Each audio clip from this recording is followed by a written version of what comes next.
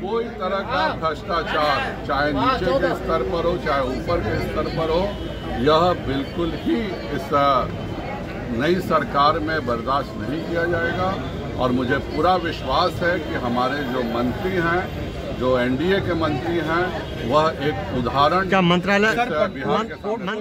बिहार में नई सरकार बन गई है, शपथ ग्रहण हो चुका है और शपथ ग्रहण के साथ ही मुख्यमंत्री नीतीश कुमार मुख्यमंत्री बन गए हैं। लेकिन उनके कैबिनेट में जिस तरीके से जेडीयू, बीजेपी, हम और वीआईपी पार्टी के तमाम नेताओं को शामिल किया गया है, तो ये कह सकते हैं कि एनडीए पूरी तरीके से एकजुट है। लेकिन जिस भ्रष्टाचार की बात लगातार बीजेपी कहती रही है कि भ्रष्टाचार मुक्त होना चाहिए, सरकार भ्रष्टाचार कहीं भी नहीं हो, जीरो टॉलरेंस की नीति हो, तो इस लिहाजे जेडीयू की तरफ से मेवालाल चौधरी, जो कि वीसी भी रह चुके हैं सबौर एग्रीकल्चर कॉलेज के, उनके ऊपर भ्रष्टाचार का आरोप है। निगरानी अपना काम कर रही है। लेकिन ऐसे में जेडीयू की तरफ से मेवालाल चौधरी को एक बार कैबिनेट में शामिल करने के इस फैसले पर सवाल उठ खड़े हुए हैं।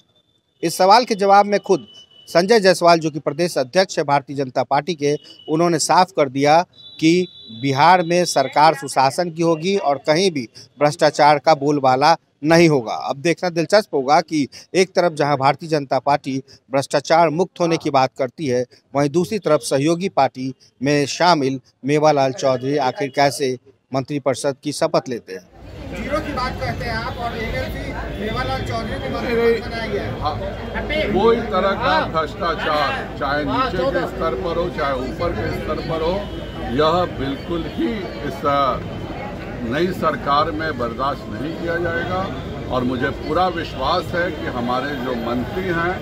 जो एनडीए के मंत्री हैं, वह एक उदाहरण क्या मंत्रालय एनडीए गठबंधन के सभी मंत्रियों को बहुत बहुत बधाई। और मुझे पूरा विश्वास है कि भारतीय जनता पार्टी, जदयू, वीआईपी और हम, इन चार दलों के गठबंधन को बिहार की जनता ने जिस उम्मीद के साथ जिताया है, उस पर सभी बिहार सरकार के मंत्री खरे उतरेंगे। पर जहां हम बिहार को आगे बढ़ाने की बात कर रहे हैं, जहां हम आज सरकार बनने के साथ सभी अपना आगे का लक्ष्य भारत माता पर पुष्पांजलि दे करके शुरू कर रहे हैं, वहीं इस देश में एक ऐसी भी पार्टी है, कांग्रेस, जो पूरे तौर पर आज देश विरोधी ताकतें और उग्रवादियों के हाथ में जा चुकी है। गुप्तकार संगठन में कांग्रेस का शामिल होना बताता है कि कांग्रेस किस तरह की राजनीति कर रही है। जहां यह कहा जा रहा हो कि युवाओं को बंदूकें उठानी चाहिए, जहां यह कहा जा रहा हो कि भारत के झंडे का सम्मान हम नहीं करेंगे, जहां यह कहा जा रहा हो फारूक अब्दुल्ला जी के द्वारा कि हम चीन की मदद से धारा 370 को वापस करेंगे, इस तरह के व्यक्तियों के साथ कांग्रेस का गठबंधन यह बताता है कि कांग्रेस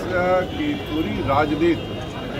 भारतीय जनता पार्टी के विरोध की न होकर एक तरह से देश विरोध की राजनीति के हाशिए पर कांग्रेस जाके खड़ी हो गई है। और उसके कुकर्मों की तो बहुत लंबी चौड़ी दास्तान है, पर इन्होंने जो कुछ भी यह निर्णय लिया है, इसके चलते इस देश की जनता कांग्रेस को जरूर सबक सिखाएगी। और बिहार में जो